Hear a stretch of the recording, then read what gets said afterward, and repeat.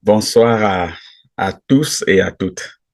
Bien à toutes et à tous, la même chose. Alors nous bénissons le Seigneur ce soir. Nous bénissons le Seigneur pour la grâce qu'il nous a accordée du début de ce mois jusqu'à ce jour. Et je tiens à féliciter tout un chacun qui est connecté ce soir. Vraiment, nous pouvons voir la grâce de Dieu, nous pouvons voir la bonté de Dieu. Pour ceux qui ne sont pas à Ottawa, je ne sais pas comment vous allez là-bas chez vous. Je ne sais pas si chez vous, il fait soleil, ou vous avez un beau soleil comme ici chez nous à Ottawa. C'est très, très beau aujourd'hui. Et vraiment, nous bénissons le Seigneur pour le beau climat qu'il nous a donné. Donc, ce soir, pendant que je méditais sur quelque chose, je voulais que le Seigneur me donne quelque chose vraiment qui va nous aider, qui va nous fortifier, nous encourager à avancer avec lui. Alors, il y a ce thème qui m'est revenu. Alors, et le thème du message est celui-ci. Que devrais-je faire pour être sauvé? Que devrais-je faire pour être sauvé? Alors, le thème peut sembler parler ici le salut par rapport à donner sa vie à Jésus, mais c'est pas surtout dans cette perspective-là. Ici, le salut, c'est, c'est, c'est, c'est sortir de la situation dans laquelle je me trouve, dans le chaos, dans la difficulté, dans le problème, dans la maladie, dans la circonstance dans laquelle je me trouve. Donc, c'est là beaucoup plus l'inclinaison que je vois par rapport ici au salut. Que devrais-je faire pour être sauvé? Ou bien je peux encore dire, que devrais-je faire pour sortir de cette situation dans laquelle je me trouve? Donc, c'est ça surtout le thème. Que devrais-je faire pour sortir de cette situation? Bien-aimé, dans la vie que nous avons, la vie de chaque jour, chaque être humain sur la terre fait face à une difficulté et l'exprime d'une manière ou d'une autre. Prenons par exemple les tout petits enfants. Quand un tout petit enfant a un problème, il a sa façon d'exprimer ce problème. Ça peut être soit par des pleurs, ça peut être soit par des grimaces, ça peut être par ceci ou bien par cela pour attirer l'attention des parents ou bien de la maman. Et les mamans sont très attentives, connaissent exactement, c'est-à-dire connaissent distinguer les cris de famine et les cris de douleur. Une maman peut dire que non, l'enfant, si a besoin de l'aide ici, l'enfant a mouillé, l'enfant a fait ceci, l'enfant a fait cela. C'est pas nécessairement la famine. Et de la même façon aussi, pour les personnes qui sont un peu grandes, alors, et les personnes matures, alors ils ont aussi leur façon d'exprimer leurs besoins. C'est-à-dire, ils ont des besoins qu'ils expriment chaque jour. Maintenant, euh, et chacun cherche à satisfaire ce besoin. Et nous allons constater que par rapport aux jeunes surtout, les jeunes ou bien les jeunes adultes, directement, bon, dès qu'ils ont un problème, c'est très rapide là. Il y a les réseaux sociaux, il y a YouTube, il y a Google. Alors on tape directement là. Certainement, quelqu'un a quelque part sur un terrain sur la planète Terre a déjà vécu une situation pareille. Alors qu'est-ce que la personne avait fait? Et directement, on va essayer de dire, oh, y a telle situation, il y a telle solution qu'on peut donner pour apporter la solution au problème. Et maintenant, je me suis rendu compte que pour les personnes les plus âgées, ce n'est pas toujours la même stratégie qu'ils utilisent. Ce n'est pas toujours c'est pas toujours la même façon qu'ils abordent les difficultés qu'ils rencontrent dans la vie. Déjà, qui ne sont pas trop réseaux sociaux, alors ils se basent sur quoi? Ils vont se baser sur les expériences de la vie. On va dire, oh, vraiment, de tout mon temps, vraiment, je n'ai pas vu encore une situation comme ceci. Ou bien, oh oui, je connais ma grand-maman ou bien mon grand-père avait telle situation et voilà comment on avait résolu le problème, ainsi de suite, ainsi de suite. Donc, il y a toujours, il y a toujours il y a toujours ces petites techniques, ces petites façons de savoir, de chercher à résoudre un problème. Alors, le Seigneur m'amenait ce soir à comprendre quelque chose. Tous les problèmes qu'un homme aura dans sa vie, alors vont se situer dans les trois sphères, vont se localiser dans les trois sphères des parties qui constituent son être. Soit le problème est est au niveau de ton esprit, soit le problème est au niveau de ton âme, soit le problème est au niveau de ton corps, de ta chair. Donc, voilà les différents trois niveaux où le problème que chaque être humain fait face peut se trouver. En dehors de ces lieux, ce n'est pas un problème. Parce que ça veut dire que cela ne t'affecte pas. Mais si ça affecte ton esprit, ça affecte ton corps, ça affecte ton âme, ça veut dire que ce problème te concerne. Et s'il y a un problème qui n'affecte pas ces lieux, ces différents lieux, ça veut dire que ce problème n'existe même pas. Est-ce que nous sommes déjà d'accord avec ce niveau, ce premier point? Bon, alors on va continuer. Alors, et le Seigneur m'a amené encore à comprendre une autre chose. C'est que le véritable problème que nous avons, c'est que nous avons des problèmes, mais nous ne connaissons pas les identifier, c'est-à-dire nous ne connaissons pas les localiser. Nous avons des problèmes, on peut avoir un malaise, mais on ne sait pas à quel niveau ce problème se trouve. Et alors là, la solution est encore très compliquée. La solution sera alors très, très compliquée. Alors, nous allons voir une histoire dans la Bible. Et cette histoire m'a vraiment marqué. Et je suis encore allé là-dessus. Et cette histoire m'a beaucoup béni. Nous allons lire dans Matthieu chapitre 19, versets 16 à 22 et Marc chapitre 10, versets 17 à 22. Alors, c'est la même histoire, mais racontée par deux disciples différents, à savoir Matthieu et Marc. Alors, que quelqu'un nous lise ce passage, vraiment, ce sera très intéressant. Papa, tu as dit Matthieu 19. 19, versets 16 à 22. Ok. Et Marc 10, versets 17 à 22.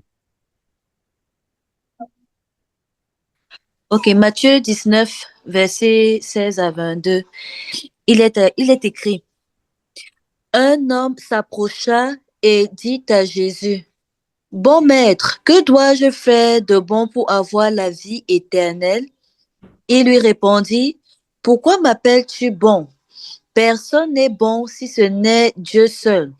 Si tu veux entrer dans la vie, respecte les commandements. Lesquels, lui dit-il? Et Jésus répondit, tu ne commettras pas de meurtre, tu ne commettras pas d'adultère, tu ne commettras pas de vol, tu ne porteras pas de faux témoignages. Honore ton père et ta mère, et tu aimeras ton prochain comme toi-même. Le jeune homme lui dit, j'ai respecté tous ces commandements dès ma jeunesse. Que me manque-t-il encore? Jésus lui dit, si tu veux être parfait, va vendre ce que tu possèdes, donne-le aux pauvres, et tu auras un trésor dans le ciel. Puis viens et suis-moi. Lorsqu'il attendit ces paroles, le jeune homme s'en alla tout triste, car il avait de grands biens. Amen. Amen. Gloire à Jésus. Marc 10, versets 17 à 22. Oui. Quand Jésus se mettait en route, un homme vint en courant et se jeta à ses genoux devant lui et lui demanda, Bon maître, que dois-je faire pour obtenir la vie éternelle? Jésus lui dit, pourquoi m'appelles-tu bon? Personne n'est bon à part Dieu seul. Tu connais les commandements. Ne commets pas de meurtre, ne commets pas d'adultère, ne vole pas, ne prononce pas de faux témoignages contre quelqu'un, ne prends rien aux autres par tromperie, respecte ton père et ta mère. L'homme lui répondit, Maître, j'ai obéi à tous ces commandements depuis ma jeunesse. Jésus le regarda avec amour et lui dit, il te manque une chose. Va vendre tout ce que tu as et donne l'argent aux pauvres. Alors tu auras des richesses dans le ciel. Puis viens et suis-moi. Mais quand l'homme entendit cela, il prit un air sombre et il s'en alla triste, tout triste parce qu'il avait de grands biens. Amen. Amen. Gloire à Jésus. Merci beaucoup. Merci, Maman Eden. Merci, Maman Esther. Merci vraiment. Seigneur, merci pour ta parole. Merci, Seigneur, parce que ta parole éternelle, ô Dieu, Seigneur, transforme nos vies. Ta parole nous donne la vie. Ta parole nous donne, Seigneur, de l'espérance. Ta parole nous guérit. Et ta parole nous donne, Seigneur, encore. Papa éternel, ô Dieu, Seigneur, ta parole apporte, Seigneur Dieu, la réponse à nos problèmes. Sois honoré et exalté. Au nom de Jésus. Amen. Bien-aimé, la Bible nous parle ici, si je veux un peu revenir dans le contexte, nous allons constater que Jésus s'adressait à un homme de la loi, à quelqu'un qui suivait la loi pour vivre, à quelqu'un qui essayait de faire ceci ou cela pour avoir vraiment la paix, la joie et vraiment avec l'espérance qu'il va avoir la vie éternelle. Mais nous comprenons que également dans ce passage, de par l'approche de cet homme, nous constatons qu'il avait un problème. Malgré, vous voyez, la Bible, il y a certaines choses que quand nous lisons la Bible, nous devons, c'est-à-dire ces choses doivent attirer notre attention. La Bible ne dit pas qu'un homme était venu vers lui. Mais la Bible dit un jeune homme est riche. Donc, voyons un peu tout le zèle. Voyons un peu toute la confiance. Voyons un peu, c'est comme si cet homme ne manquait de rien. Non seulement il avait beaucoup de biens, mais il avait encore beaucoup de vie à vivre devant lui parce qu'il était jeune. Et voyons tous les soins qu'il prenait. Donc, il avait vraiment de l'attirance. Il savait vraiment qu'il était arrivé, comme on peut le dire. Mais la Bible nous fait comprendre que cet homme avait un besoin, il avait un manque. Malgré tout ce qu'il faisait, malgré tout ce qu'il avait, il ressentait en lui qu'il avait un besoin. Et ce besoin-là, lui-même, il ne connaissait pas exactement quel était le besoin. Parce qu'il lui dit, mais qu'est-ce qu'il me manque? J'ai fait ci, j'ai fait ça, je fais ceci, je ne fais pas ceci, je ne fais pas ceci. Mais pourquoi est-ce que je n'ai pas cette assurance du salut? Pourquoi est-ce que je ne peux pas avoir confiance? Ce n'est pas une question du lendemain, ce n'est pas quelque chose de manger, ce n'est pas quelque chose, ce n'est pas de l'amitié. Mais j'ai besoin de quelque chose de plus que cela, la vie éternelle. J'ai la garantie sur cette vie. Mais par rapport à mon éternité, c'est comme s'il y a quelque chose qui manque. Alors, et c'est ici que, alors Jésus va attirer son attention. Ton problème n'est pas un problème physique. Ton problème n'est pas un problème de ton corps. Tu as tout ce que ta chair en a besoin. Mais il y a un problème avec ton âme. Et c'est là où se trouve l'insatisfaction. Ton âme est en train de crier au secours. Ton âme est en train de pleurer. La richesse apparente que tu as n'est pas une richesse. La vraie richesse, c'est que tu as porté beaucoup de choses en toi que tu ne devrais pas porter. C'est que tu penses que tu es arrivé alors que tu n'es pas arrivé. C'est parce que tu as trop emmagasiné alors qu'il faut te défaire. afin d'avoir la paix, afin d'avoir la vie, afin d'avoir cette vie éternelle dont tu recherches.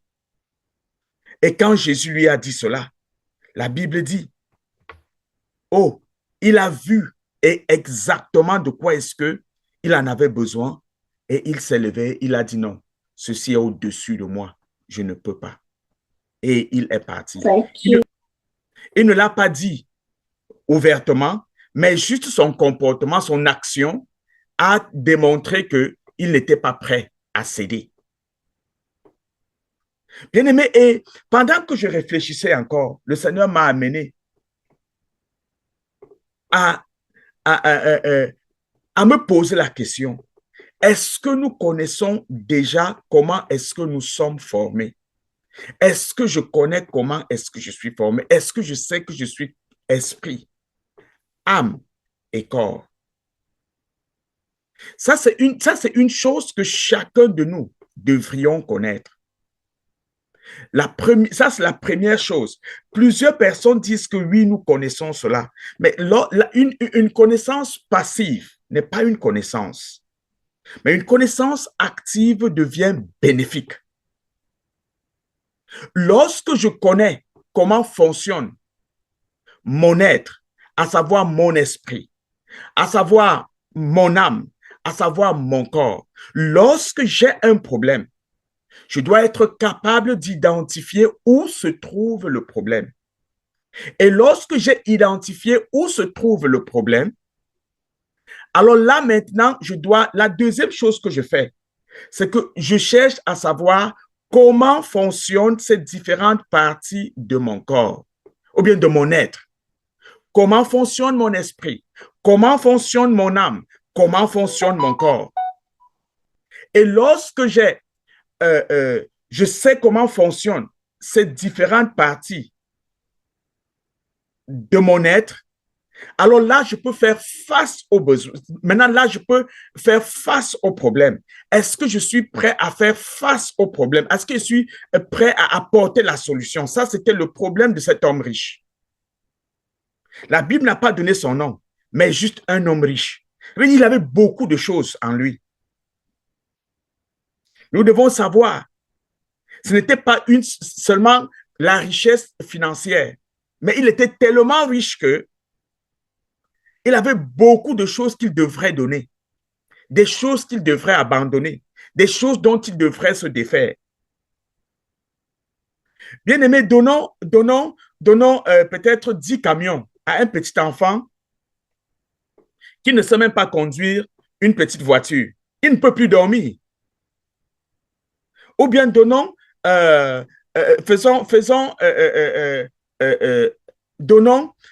c'est-à-dire des personnes qui gagnent de la loterie, très souvent, peut-être 50 millions ou 60 millions de dollars. On ne leur annonce pas cela comme ça. Il y a les services médicaux qui sont là, l'hôpital qui est là, la police qui est là. Je dis qu'il y a des services et des services et des services et des services qui sont là pour prendre soin d'eux, pour qu'ils ne meurent pas. Parce qu'à l'annonce, c'est une crise cardiaque qui peut tomber, c'est pour qu'on les transporte, ou bien il y a tellement, c'est-à-dire que une richesse qui peut plutôt enlever ta vie. Lorsque nous connaissons où se trouve, c'est-à-dire où se trouve notre besoin, et lorsque nous connaissons comment fonctionne cette partie de notre corps, bien aimé, il reste à nous de prendre des responsabilités. Il nous revient maintenant de prendre des responsabilités. Et voici comment prendre des responsabilités.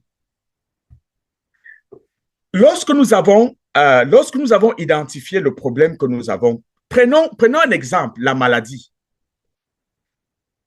Lorsque nous avons identifié la maladie a généralement deux sources. En tant qu'enfant de Dieu, tout problème de maladie a deux sources. Ça peut être un problème qui est lié à l'âme et au corps. ou bien seulement ce problème peut être lié seulement à l'âme, non seulement au corps, ou bien ce problème peut avoir une combinaison des deux. Lorsque, excusez-moi de dire ceci, j'ai eu une triste expérience dans les hôpitaux, pas seulement au Canada, mais même aussi en Afrique. Et cette triste réalité, c'est que lorsque généralement les gens sont malades et s'en vont à l'hôpital, l'attention du médecin est portée sur deux parties de leur corps. L'esprit, oublions, ça, ils ne savent pas ce qu'on appelle même esprit. Absolument pas. Alors, rapidement, c'est leur âme qui est l'état émotionnel et l'état physique. Encore, la chose la plus triste, c'est que l'attention est beaucoup plus portée sur l'état physique que l'état d'âme du malade. Et très souvent, 5% du temps est donné pour ton état d'âme et 95% du focus est donné sur ton état physique. Parce que rapidement, on va interpréter les résultats que les machines ont publiés et on va commencer à te donner des prescriptions sur c'est-à-dire sur ton corps qui ne fonctionne pas bien. Alors que l'origine peut être un problème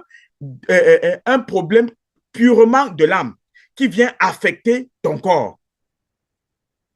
Et c'est l'inverse maintenant qui est réel. 95% de nos problèmes sont des problèmes d'âme. Et 5% sont des problèmes de notre corps. Et ceci est prouvé par la parole de Dieu dans 3 Jean, chapitre 3 Jean, le verset 2. La Bible dit que je souhaite que tu prospères à tout égard, comme prospère l'état de ton âme et sois en bonne santé. Donc, lorsque notre âme est en bon état, directement notre corps va suivre. Même que ce soit les problèmes rénaux, les problèmes cardiaques, tous les problèmes, lorsque notre état d'âme est malade, vraiment notre corps subit les conséquences directement. Il y a une répercussion. Et maintenant, imaginons un peu, si nous avons une fausse information au niveau de notre âme, le corps va souffrir suite au mensonge qu'on lui a donné et dont il a cru. J'ai toujours cet exemple que je prends d'un de mes collègues. Vraiment, nous étions au bureau. Il était malade, il était tellement malade. Un garçon très fort, très bien. Il est tombé malade. Vraiment, c'était très, très compliqué. Alors, il est allé à l'hôpital. On lui a dit qu'il est malade du VIH, SIDA. Vraiment, ça dit qu'il a développé toutes les maladies du VIH, SIDA sur lui. La diarrhée, les vomissements, les migraines, tout. Jusqu'à ce qu'il a convoqué c'est-à-dire, il mourait. Il a convoqué la réunion familiale. Il a appelé ses enfants et sa femme. Il a dit vraiment, comme vous voyez, les enfants, vraiment, soyez gentils avec maman. Ne soyez pas têtus. On dit, papa, il y a quoi? Il dit, non, je suis trop malade. Vraiment, prenez soin de maman. Je vous aime beaucoup et tout et tout. Et un de ses amis lui a rendu visite. Il lui a demandé, mais est-ce que tu es allé aux Grands Endémiques? C'est un centre de consultation, bon, c'est un centre d'analyse médicale qui est à l'ouest au Cameroun. Est-ce que tu es allé aux Grands Endémiques? Vas-y et refais les examens. On ne sait jamais, tu ne peux pas prendre un seul résultat et croire et juste te confier à ce résultat. Bien aimé, il est allé là-bas, il a refait l'examen. On dit, mais on t'a dit que tu as quoi? Il dit que non, on a dit que j'ai le VIH-Sida. On dit que, mais tu n'as pas de VIH. Tu as eu juste une petite diarrhée, non, tu n'as pas le VIH. Rien ne démontre que tu as le VIH. Bien-aimé, à l'instant même, il dit que tout a cessé. C'est-à-dire les vomissements ont cessé, la diarrhée a cessé, tout a cessé, tout a cessé. Tout est fini. Il est rentré. Et après quelques jours, il était au bureau. Quand il nous a expliqué ça, on était dépassés. Le gars mourait, on devait l'enterrer. On devait l'enterrer vivant. Je dis vivant, il devait mourir, mais vraiment, ça devait être une mort imaginaire. Donc, alors, bien aimé, lorsque nous avons localisé, lorsque nous localisons où se trouve notre problème, nous avons besoin de faire de l'investissement. Nous devons investir sur nous-mêmes. Mais malheureusement, plusieurs ne prennent pas le temps d'investir pour la solution à leur problème. Nous allons lire rapidement, s'il vous plaît, compte tenu du temps, dans les Proverbes chapitre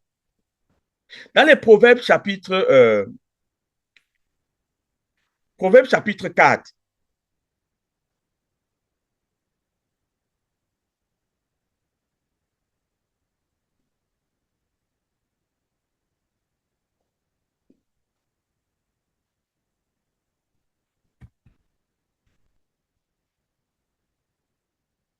Proverbe chapitre 4, le verset 5 à 10. Soyons rapides, pardon, si quelqu'un trouve ce verset.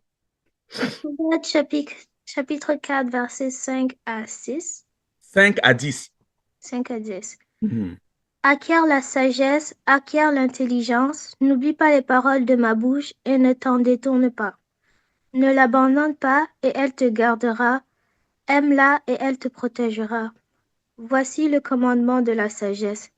Acquiert la sagesse et avec tout ce que tu possèdes, acquiert l'intelligence. Exalte-la et elle t'élèvera. Elle fera ta gloire si tu l'embrasses. Elle mettra sur ta tête une couronne de grâce. Elle t'ornera d'un magnifique diadème. Écoute mon fils et reçois mes paroles, et les années de ta vie se multiplieront. Amen. Amen. Merci beaucoup. Merci. C'est gentil. Bien-aimé, nos problèmes, la Bible nous donne une solution ici. Je vais juste lire ce passage et je vais citer les autres et nous allons prendre note. Quel que soit le problème dont nous aurons, comme je l'ai d'abord dit, nous devons connaître les trois parties de notre corps. Comment est-ce que nous sommes constitués et comment fonctionnent ces différentes parties et savoir localiser les problèmes et aller là-bas trouver des solutions. Et ici, nous venons de lire dans ce passage, bien aimé, que ce soit un problème de maladie, que ce soit un problème financier, matériel, quel que soit l'ordre, nous devons savoir une chose. La parole de Dieu est la source de notre guérison, premièrement. Est la source de notre guérison, quel que soit le problème que nous traversons. Quel que soit le problème que nous traversons, la parole de Dieu d'abord. Qu'est-ce que la parole de Dieu? Interroge-toi toujours. Qu'est-ce que la parole de Dieu dit par rapport à cela? Si c'est un problème c'est-à-dire quand tu identifies le problème, alors là, quand tu vois le message qui correspond à cela, investis-toi. Ça peut être des livres que tu dois acheter. Ça peut être je ne sais pas, des messages que tu dois suivre. Ça peut être autant de choses que tu dois te procurer. Rassure-toi d'acquérir c'est-à-dire toute la connaissance nécessaire pour quitter de cette situation dont tu as. Alors, il y a également, j'ai pris cet exemple-ci par rapport à la maladie parce que j'ai constaté que pendant ce mois d'avril, nous avons fait trop face.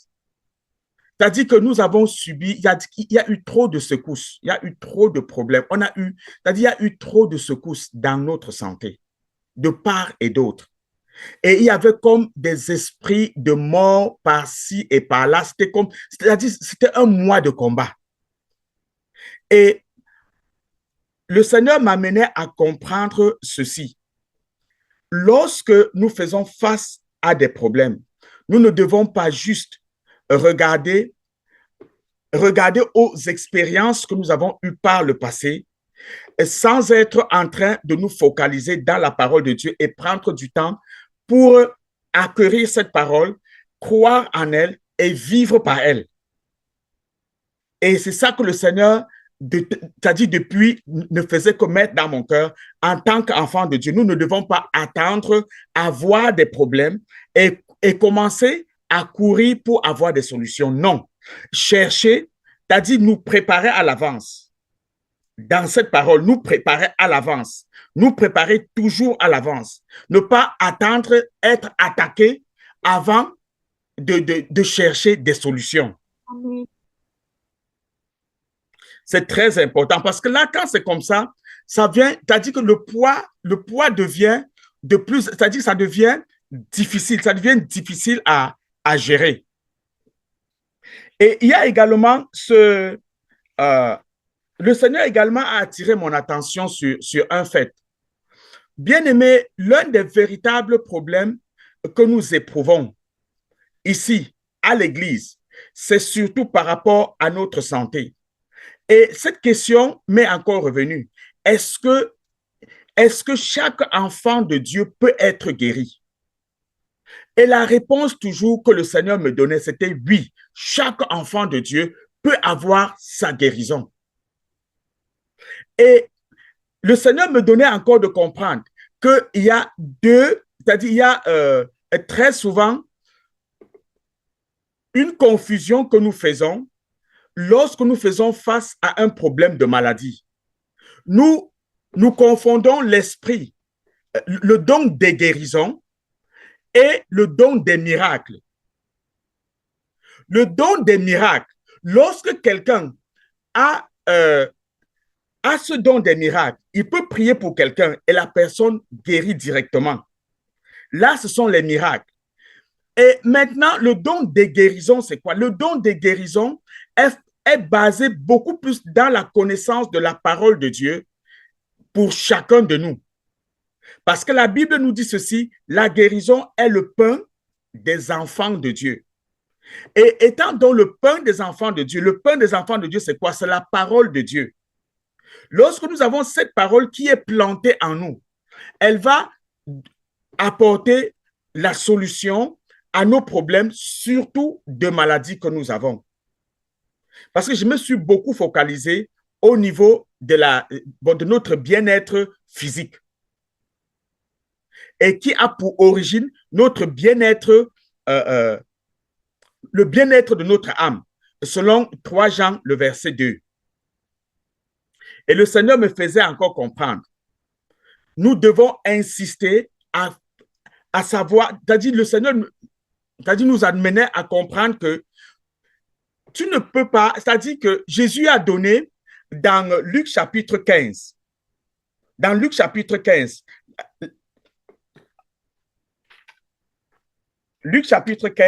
qui parle de la parabole de la sémence.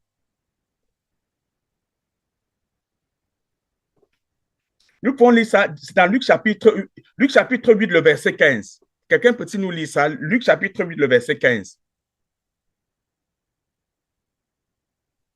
Luc 8, verset 15. Oui.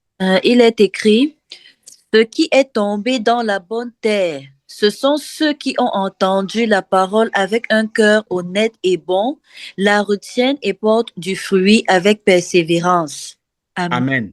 Amen. Alors, ici, le fait d'avoir la sémence en soi n'est pas, c'est-à-dire que n'est pas définitif. Mais la Bible nous dit avec persévérance. Donc, nous avons cette parole et avec persévérance, nous portons des fruits. Et maintenant, ces fruits dépendent maintenant de tout un chacun. Ça peut être 30, ça peut être 60, ça peut être 100. Bien aimé, pour donner un peu le sommaire de tout ce que depuis j'essaye un peu de dire. c'est que tous nous avons des difficultés, nous avons des problèmes et nous devons savoir déjà comment est-ce que nous sommes constitués. En tant qu'enfants de Dieu, notre problème n'est pas au niveau de notre esprit. Notre problème est généralement au problème de notre âme et de notre corps. Et maintenant, quand nous savons où se trouve notre problème, si c'est un problème qui est au niveau de notre âme ou bien de notre corps, nous devons également savoir ce que la Bible dit par rapport à notre âme et par rapport à notre corps. Et pour conclure, la parole de Dieu est toujours le lieu où nous devons aller pour faire de la recherche et trouver la solution aux problèmes dont nous faisons face. Si c'est un problème de maladie, je prends encore cet exemple sur la maladie, prenons tous les versets bibliques qui parlent de la maladie, méditons sur ces paroles, approprions-nous de ces paroles et mettons-les en pratique et nous allons voir la solution. Et ça n'échoue pas. Parce que nous avons des témoignages au milieu de nous. Et nous-mêmes, chacun peut dire, le Seigneur m'a déjà guéri ou bien le Seigneur m'a déjà fait, c'est-à-dire m'a déjà apporté c'est-à-dire m'a déjà exaucé comme ceci ou comme cela, ou bien j'ai déjà vu. Ceci peut être quelque chose qui nous donne une certaine garantie. Donc, en fait, voilà un peu tout ce que le Seigneur me mettait à cœur. Je crois que peut-être tu as des questions que tu peux peut-être poser ou bien quelque chose que tu n'as pas bien suivi. Tu peux toujours peut-être poser, je peux donner peut-être 2 minutes pour des questions. Mais bien aimé, reconnaissons toujours, localiser nos problèmes. Reconnaissons que nous avons la solution dans la parole de Dieu et que le Seigneur nous aide à garder confiance en lui. Amen. Amen. Amen. Oui, tonton Christian. Gloire à Dieu, vraiment, merci beaucoup, papa. Oui, comme tu parlais par rapport aux questions, ça veut dire que si je comprends bien, quand on a un problème, la première chose à faire, ce n'est pas d'abord de prier, ce n'est pas la première chose. C'est-à-dire que quand on a un problème en tant que chrétien, ce n'est pas d'abord de prier pour prier, c'est de chercher à identifier le problème en priant. Et maintenant, une fois identifié, chercher à savoir quelle est la dimension du problème et vraiment chercher l'information qu'il faut, si c'est la médecine, si c'est pour essayer à résoudre le problème. Donc, on n'est pas seulement s'engager que tout ce qu'on a, on peut seulement prier sans ouvrir les yeux, sans s'interroger, sans chercher à comprendre. Donc, c'est un peu ça. Merci beaucoup, c'est ça. C'est juste parce qu'on m'a donné la limite du temps et je prenais ici, je prenais là-bas et finalement, c'est exactement ça. Imaginons un peu, tu as dit quelqu'un a un problème avec sa voiture. Un problème, un tout petit problème. Alors, tu amènes ton véhicule au garage. Le mécanicien, tu demandes au mécanicien, c'est comment? Il dit non, attends un peu, je vais te donner la solution. Il t'a dit, je vais te dire, bon, quel est le problème? Mais tu vois que le mécanicien se met à démonter la voiture. Il enlève le moteur, il met là-bas. Il enlève la coque, il met là-bas. Tu as dit, il saccage partout. Qu'est-ce que tu vas faire? Tu vas dire, oh, pardon, arrête, s'il te plaît, arrête. Directement, tu vas comprendre que celui-ci ne sait pas exactement. Mais c'est quoi? Tu as dit, il risque de quitter du garage avec plus de problèmes que ce qu'il avait apporté. Il risque de quitter avec plus de problèmes. Donc, le véritable problème avec nous, nous devons, merci beaucoup pour cette question très pertinente, nous devons toujours connaître, identifier notre problème. Est-ce que c'est un problème au niveau de notre âme? Est-ce que c'est un problème au niveau de notre corps? Et maintenant, chercher les versets bibliques et qui sont liés à cela. Et beaucoup, bien aimés, toujours poser des questions, prendre des conseils. Parce qu'il y a trop de charlatans. Un problème lié peut-être à la nourriture, quelqu'un va commencer à te dire qu'il t'a dit à prophétiser sur ta vie ou bien à dire que c'est un problème ancestral, c'est un problème ceci, c'est un problème cela, et se mettre à prier n'importe comment, comme Papa Christian disait. Tu as dit, prier, oh, on chasse les démons ici, on chasse les démons là-bas, on chasse, on chasse, on chasse, on chasse. Alors que ce n'est pas une question de démons. Ici, l'homme riche était un homme cupide. Il fallait qu'il donne ses biens. C'était tout. C'était un homme cupide. Merci beaucoup. Chérie, Anne a la main levée. Oui, c'est ça. Oui, Anne, s'il te plaît. Allô, papa, merci beaucoup. J'ai une question. Parfois, on écoute ton état d'esprit t'influence, ton état d'âme. C'est quoi la différence entre les deux? Et Merci beaucoup. tu as dit que c'est ton état d'âme et ta santé physique qu'il faut travailler dessus. Mais est-ce que nous, en tant qu'enfants de Dieu, il n'y a pas des choses dans notre esprit ou des choses comme ça qu'on doit Merci. considérer?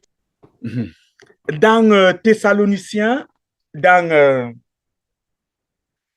1 Thessaloniciens, je crois que c'est 1 Thessaloniciens chapitre, une seconde. Dans 1 Thessaloniciens,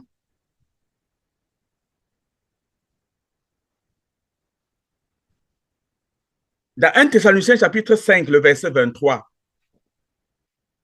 Alors, nous voyons comment le corps, l'être humain est structuré en 3 parties. L'esprit, le corps et l'âme. Et dans bien-aimé, nous n'avons pas tout le temps pour parler de notre esprit.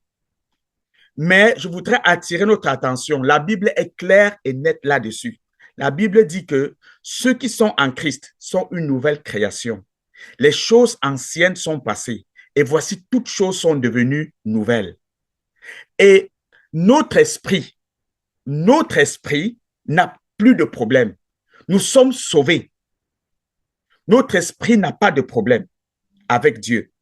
Si aujourd'hui, tu meurs aujourd'hui, tu vas aller au ciel. Tu as des doutes là-dessus? Hein, Tatane? Tu as des doutes là-dessus? Non, non. Pas du tout. Alors, est-ce que quelque chose d'impur peut entrer dans la présence de Dieu? Non. Tu as dit c'est encore non. Alors, maintenant, les parties de notre corps dans lesquelles nous travaillons, c'est notre âme et notre corps. Notre esprit n'a pas, t'as dit que nous sommes, t'as dit que Dieu a, t'as dit notre esprit est libéré, comment on peut le dire? Bon, alors, si tu me poses la question, est-ce que quelqu'un donc qui est sauvé peut encore perdre de salut? Parce que j'ai dit que ça dit que notre esprit est déjà sauvé. Alors, c'est une question que tu peux me poser. La Bible répond aussi clairement là-dessus. La Bible dit clairement que quelqu'un peut rejeter c'est-à-dire que peut rejeter son salut. Donc, quelqu'un peut être sauvé et après renoncer à son salut. C'est biblique. La Bible le dit clairement là-dessus. Parce que lorsque tu reçois Christ, ce n'est pas une imposition. C'est-à-dire qu'on ne t'oblige pas. C'est un don que tu as reçu. Mais quant à ce qui concerne ton esprit n'a pas de péché. Non. Oui. Mais tu peux renoncer à ta foi. Ce n'est pas quelque chose qu'on a imposé sur toi et que tu ne peux pas. Tu peux renoncer. Tu peux renoncer à ta foi. Mais Jésus dit personne ne peut m'arracher, personne ne peut nous arracher de sa main. Mais toi, tu peux quitter. Tu peux abandonner. Oui. Si aujourd'hui tu décides d'aller vivre n'importe comment, hey, Jésus dit que les ivrognes, tous ceux-ci n'entreront pas au ciel. Si tu te décides d'aller mal vivre, non, tu te fais candidat de l'enfer, mais personne ne peut t'arracher entre les mains de Jésus. Tu comprends un peu la nuance? Donc, notre problème, c'est beaucoup plus au niveau de notre âme. Parce que nous avons besoin, la Bible dit, soyez transformés par le renouvellement de votre intelligence ou bien encore notre âme. Oui. Est-ce que j'ai répondu à la question? Oui, oui, papa, merci. Mhm. Mais si tu as d'autres questions là-dessus, vraiment, vois-moi particulièrement. Je vais te donner toutes les ressources. Oui.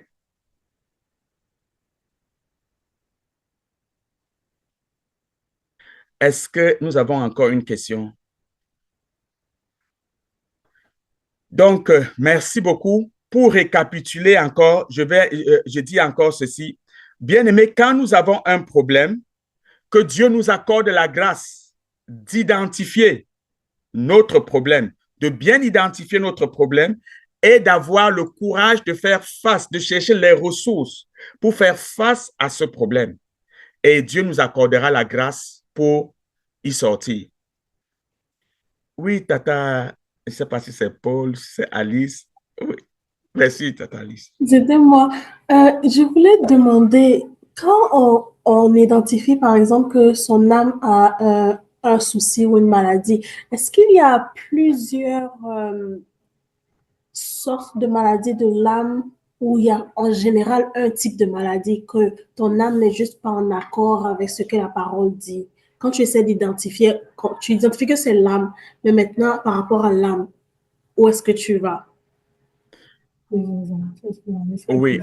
Tu vois un peu ma question, c'est clair. Bon, tu veux demander s'il y a plusieurs types de maladies d'âme? Oui, techniquement. Ou est-ce que c'est en général un seul type de problème? Généralement, le problème de l'âme est unique. Bon, unique dans le sens où l'âme, généralement les problèmes de l'âme, c'est parce que l'âme cherche, c'est-à-dire l'âme a beaucoup plus tendance à la chair et à l'environnement. Tu vois. Donc, lorsque l'âme est beaucoup plus focalisée vers l'esprit, alors elle commence à guérir. Allô, chérie. Oui. Tu veux expliquer c'est quoi d'abord l'âme? C'est le siège de quoi, de quoi, de quoi? Ça peut être évident. Bon, l'âme, c'est le siège. L'âme, c'est le siège de nos émotions, le siège de nos pensées. Ouais, merci beaucoup. Merci beaucoup pour cet apport. L'âme, c'est le siège de nos émotions, de nos pensées, c'est le centre de nos décisions. Bon, maintenant, l'un des problèmes de l'âme, l'une des maladies de l'âme, c'est quoi? C'est la mauvaise information. Tu vois, la Bible te dit, tu es guéri. Tu dis que je ne suis pas guéri. Qui te dit que tu n'es pas guéri? C'est ta chair qui te dit. Et souvent même, ce mal que tu ressens dans la chair peut être un problème psychologique. Tu penses que tu as mal et la douleur vient. J'ai pris le cas de mon collègue qui a développé la diarrhée, les urines, tout, et il mourait parce qu'on lui a dit, on lui a donné une mauvaise information. Et il a cru à l'information. Et la chair a manifesté. Et la maladie s'est installée. Et maintenant, une autre information est venue lui dire que c'est le mensonge. Et maintenant, cette information était prouvée que c'était le mensonge. Maintenant, en tant qu'enfant de Dieu, alors la désinformation que nous avons, elle vient d'où? De ce que la parole de Dieu nous dit. Et est-ce que cette parole est prouvée? Oui, elle est prouvée. Parce que la Bible dit que la parole est incorruptible, selon 1 Pierre chapitre 1, le verset 23. Cette parole est incorruptible et plantée en terre, quelle que soit la terre, elle germe. Même si elle doit être étouffée, elle germe d'abord. Même si elle doit faufiler entre les pierres, elle germe d'abord. Même si les épines vont la piquer, elle germe d'abord. Maintenant, qu'est-ce que tu dois faire? Tu dois enlever les épines. Tu dois enlever les cailloux pour qu'elle porte des fruits.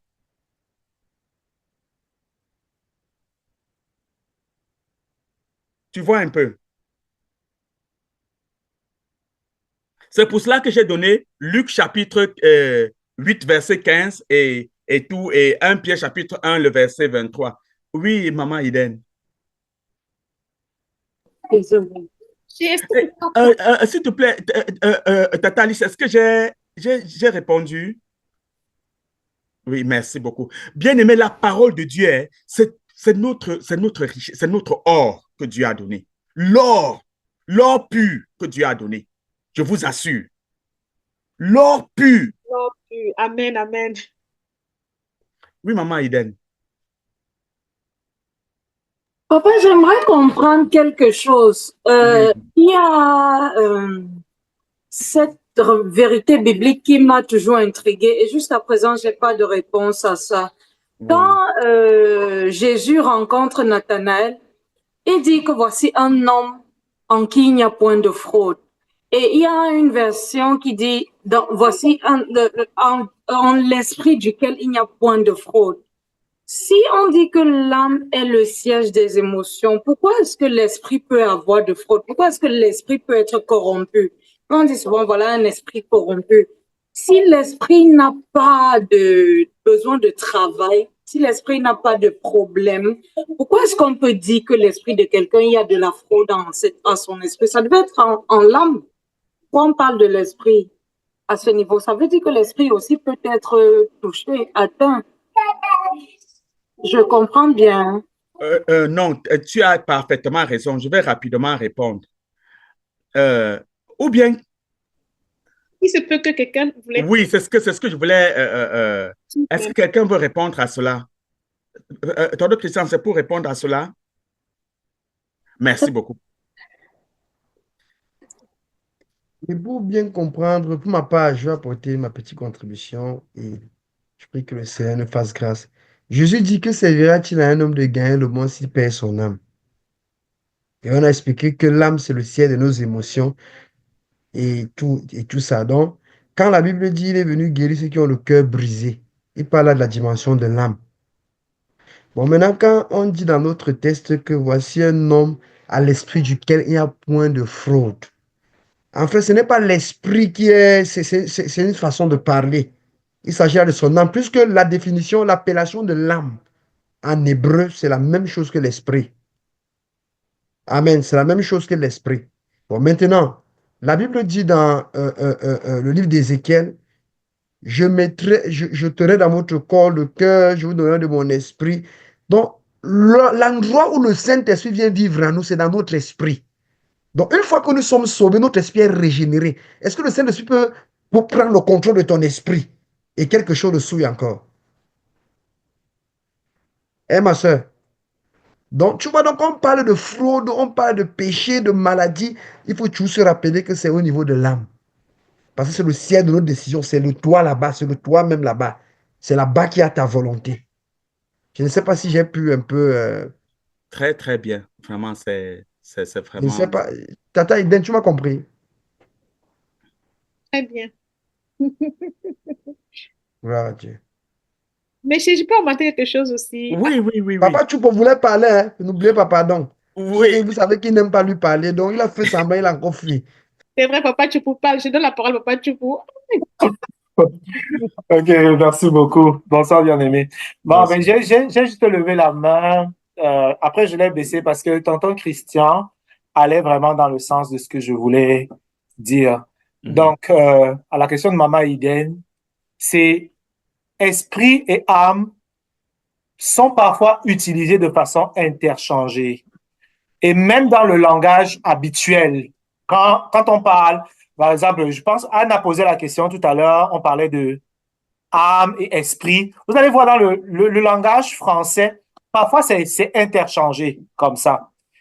Mais de façon rigoureuse, l'âme et l'esprit sont différents.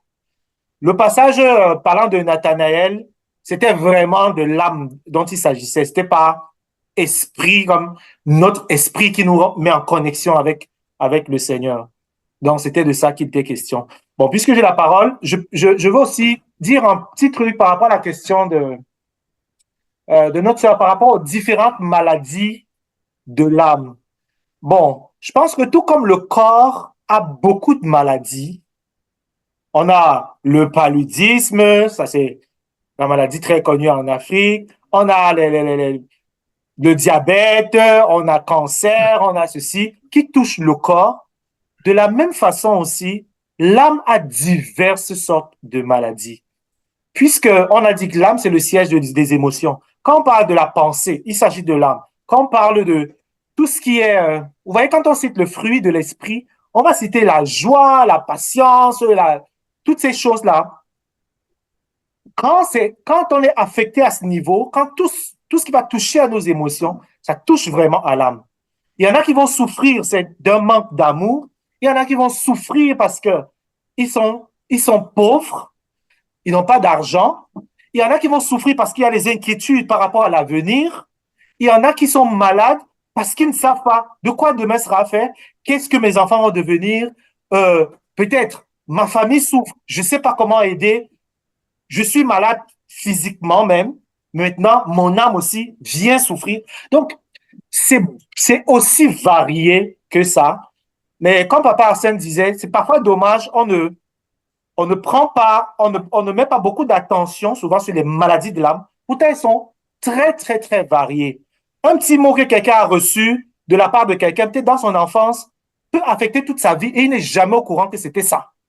Mais quand on va rentrer, toucher à ce problème-là, c'est là où il sera délivré.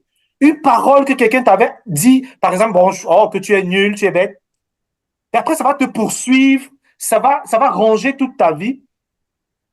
Et c'est en travaillant vraiment avec la grâce de Dieu que l'on arrive à voir, ben c'était ça la source du problème.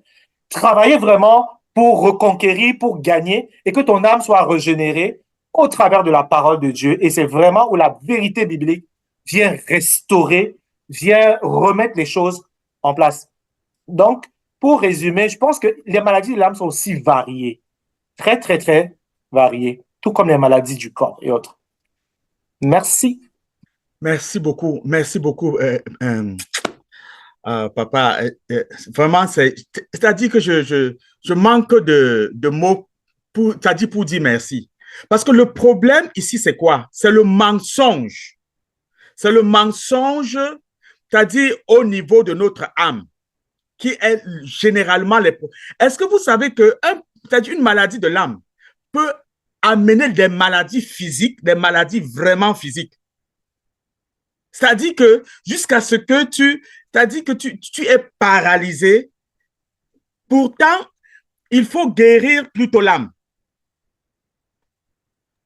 Il faut guérir plutôt l'âme. Papa, quand on prie sur quelqu'un que le sorcier a attaqué là, on l'a attaqué à quel niveau? Voilà, merci. Quand le foyer d'une femme est brisé et qu'elle a un choc, son mari a un choc de cœur, tout ça là, il n'arrive pas, la consolation est dure. Où est-ce qu'ils sont touchés? Les gens qui n'ont n'ont pas d'amour là, à cause des traumatismes et tout ça dans le passé, ils sont secs en amour là. Le problème est à quel niveau? C'est là-bas, c'est dans l'âme. Donc merci beaucoup, papa, merci beaucoup. Papa, tu fais un grand merci. Tu vois que tu nous manques beaucoup. Quand tu restes seulement calme à côté de madame comme ça, là, c'est même pas sérieux. Tu dois nous bénir régulièrement. Merci Gloire à beaucoup. Dieu. Donc, vraiment, merci beaucoup pour la participation des uns et des autres. Vraiment, ma prière, c'est que, bien-aimés, identifions nos problèmes et faisons et investissons, dépensons, investissons, et achetons les documents, investissons pour apporter des solutions aux difficultés dont nous faisons face. Ne restons pas tout c'est-à-dire ne soyons pas en train de globaliser tout, appeler tout sorcier ou bien tout mystique ou ceci et cela et après, finalement, on ne sait même plus où se trouve le problème, où se trouve telle situation. Et faisons des efforts, faisons des efforts. Il y a bon, tonton Christian qui a plusieurs fois ici parlé de la gestion financière. Cherchons plusieurs personnes sont traumatisées à cause de la mauvaise façon de gérer leurs finances. Et finalement, ils tombent malades. Et si vous leur demandez, le problème n'est pas la maladie, mais le problème, c'est financier. Que le Seigneur nous aide vraiment. Alors, je donne un petit témoignage là, c'est ce que tu viens de dire. Le père de mon ami était malade. On l'a amené, c'était un militaire, l'adjudant-chef Ndiké. Il était malade, ou il avait tout genre de maladies, on a mis les perfusions sur lui. Un jour, on vient lui dire que ton fils est aux États-Unis t'a envoyé l'argent. Il dit c'est où? C'est combien? On lui dit le montant, il dit c'est où? Vous avez à retirer, on dit oui, c'est où? On dit voici ça, il dit donnez-moi, on a donné. Il a coupé les perfusions, il s'est levé, il est rentré, il était guéri. Jusqu'à depuis rentrer à l'hôpital, il était guéri. Maintenant, je m'interroge. Ça va. L'adjudant-chef dit que je vous dis la vérité. Il a guéri une fois. Ouais. Juste pour te faire rire, mais c'est une histoire vraie. Que Dieu te bénisse. Que Dieu soit loué. Ah, donc, il y a encore les doigts, oui, maman Eden, vraiment. Pardonnez-moi pour le temps, il est à 20h08. Ce n'est pas une question, papa, c'est juste une suggestion. Oui, oui. Vraiment, je bénis le Seigneur parce que tu as ouvert un enseignement sur cette problématique, sur cette thématique. C'est assez réel, c'est assez vrai. Avant, on croyait que ce sont les trucs qu'on voit en Occident, mais même nous vivons, nous avons ces problèmes et ils nous marquent tout autant. Nos vies en sont tout aussi impactées qu'ailleurs. Et je suggérerais vraiment, s'il est possible, parce que parfois quelqu'un peut souffrir des maladies de l'âme sans même s'en rendre compte et il ne va même jamais chercher à guérir. Parce que pour pouvoir chercher un médecin, il faut savoir d'abord que tu es malade avant de constater qu'il faut que ça change et chercher des solutions. Mais il y en a qui vivent avec des maladies émotionnelles, des blessures émotionnelles, des blessures de l'âme, mais qui ne s'en rendent même pas compte. Est-ce qu'on ne peut pas mettre un accent ou une emphase dans nos prochains programmes sur ce pan de notre vie chrétienne là et nous peut-être nous aider au travers des ateliers, des enseignements sur comment identifier les maladies de l'âme et comment en guérir parce que moi personnellement j'en ai souffert et je crois même que je suis encore dans un processus de guérison et ça aide. Parfois, on ne peut pas s'en rendre compte, mais même notre caractère, notre comportement, c'est lié. C'est lié à toutes ces blessures que parfois on ignore et ça fait des gaffes. Parfois, même en tant qu'enfant de Dieu, on peine à être vraiment à l'image du Christ à cause de ces blessures. Et tant qu'on ne les soigne pas, on n'avance pas.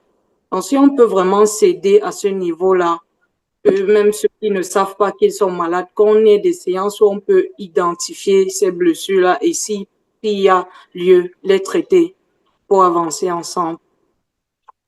Merci. Merci beaucoup, maman Eden. Généralement, merci beaucoup vraiment.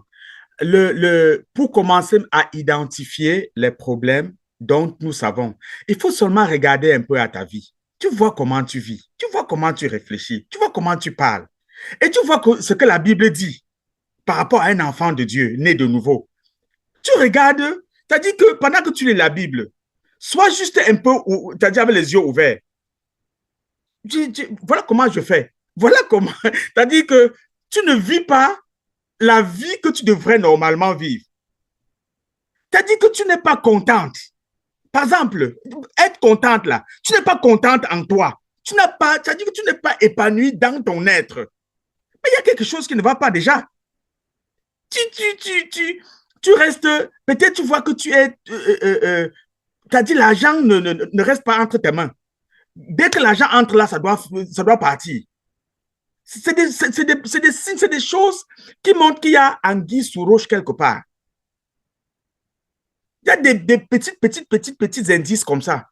On appelle les red flags, des choses qui montrent qu'il y a des choses qui ne tiennent pas la route. Vous ne voulez pas qu'on parte aujourd'hui? Mais sinon, merci beaucoup, c'est très important. Nous avons besoin d'avoir le shalom en nous. Nous avons besoin de vivre épanoui. Ça ne veut pas dire que nous devons vivre vivre dans l'opulence, non, mais être content en nous. Christ Christ est venu nous donner la vie et la vie en abondance. Oui. Et la vie, c'est, en tout cas, merci beaucoup. Je crois que c'est quelque chose à vraiment... Il y a un doigt levé, chérie.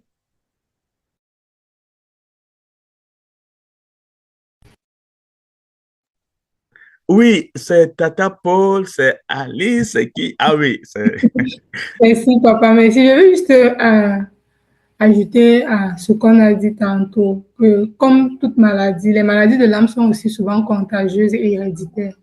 Par rapport à ce que papa a dit, parfois, tu ne peux même pas te rendre compte que tu souffres d'une maladie. Par exemple, elles peuvent aussi être simples que la colère. La colère, c'est une maladie de l'âme dont beaucoup souffrent et ils ne s'en rendent pas compte.